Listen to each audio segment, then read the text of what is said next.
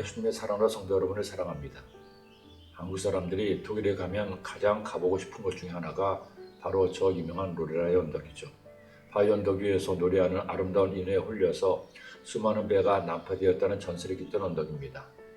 저 역시 독일에 살면서 그곳을 가보고 싶던 차에 마침 로레라의 언덕 위에 있는 수련회에서 청년들이 모임을 가지게 되어 가보았습니다. 가서 보니 생각했던 것과는 많이 달랐죠.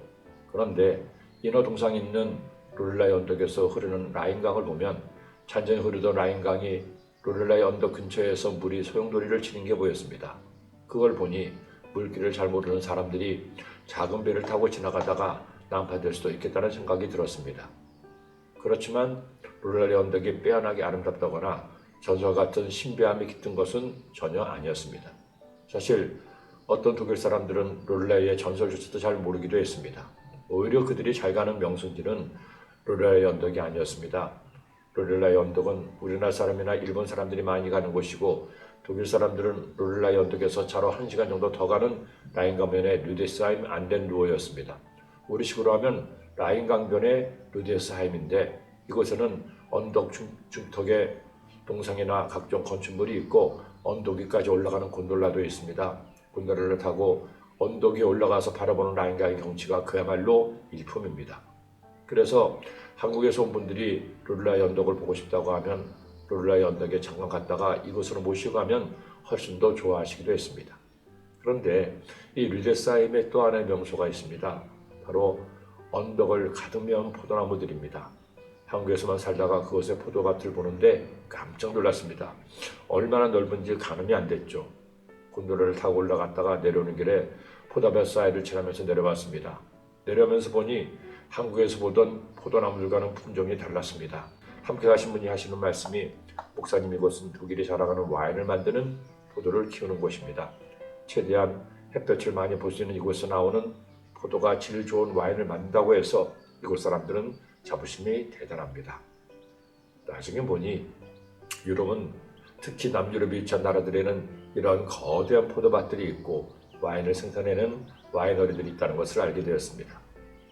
그런데 유럽에서만 포도가 생산되는 것은 아니죠. 사실 사람이 먹는 과일 중에서 가장 오래된 것 중에 하나가 포도일 것입니다. 성경에 나오는 첫 번째 열매가 포도 열매이기도 했고 첫 번째 술이 포도주이기도 합니다. 실제로 고대로부터 지금까지 이스라엘 사람들이 가장 중요하게 여기는 나무가 포도나무와 감람나무, 즉 올리브나무입니다. 지금도 지중해 연안의 나라들이 가장 중요한 과실도 이 두 가지이기도 하죠. 그러게 오늘 시편 기자는 이처럼 노래했습니다. 주께서 한 포도나무를 애굽에서 가져다가 민족들을 쫓아내시고 그것을 심으셨나이다. 주께서 그 앞서 가꾸셨으므로 그 뿌리가 깊이 박혀서 땅에 가득하며, 이렇게 심어진 이스라엘이라는 포도나무를 숲속의 멧돼지들이, 들짐승들이 해치려고 한다는 것입니다. 만군의 하나님의 구하옵나니 돌아오소서. 하늘에서 구워보시고 이 포도나무를 돌보소서. 주의 오른손으로 심으신 줄기여 주를 위하여 힘있게 하신 가지니이다. 여러분, 우리도 하나님이 기르시는 포도나무입니다.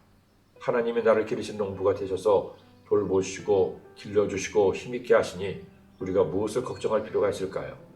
예수님의 말씀처럼 주님께 딱 붙어있기만 되는 것이죠. 오늘 복된 주일에 주님께 나와 주님을 예배하세요. 주님께 딱 붙어있어 많은 열매를 주렁주렁 맺으세요.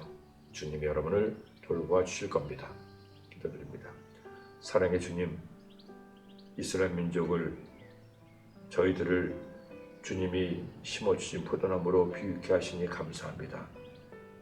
포도나무의 사명은 열매를 맺는 것이니 많은 열매를 주렁주렁 맺어 하나님을 기쁘시게 하는 포도나무가 되게 하여 주옵소서. 예수님의 이름으로 기도드립니다.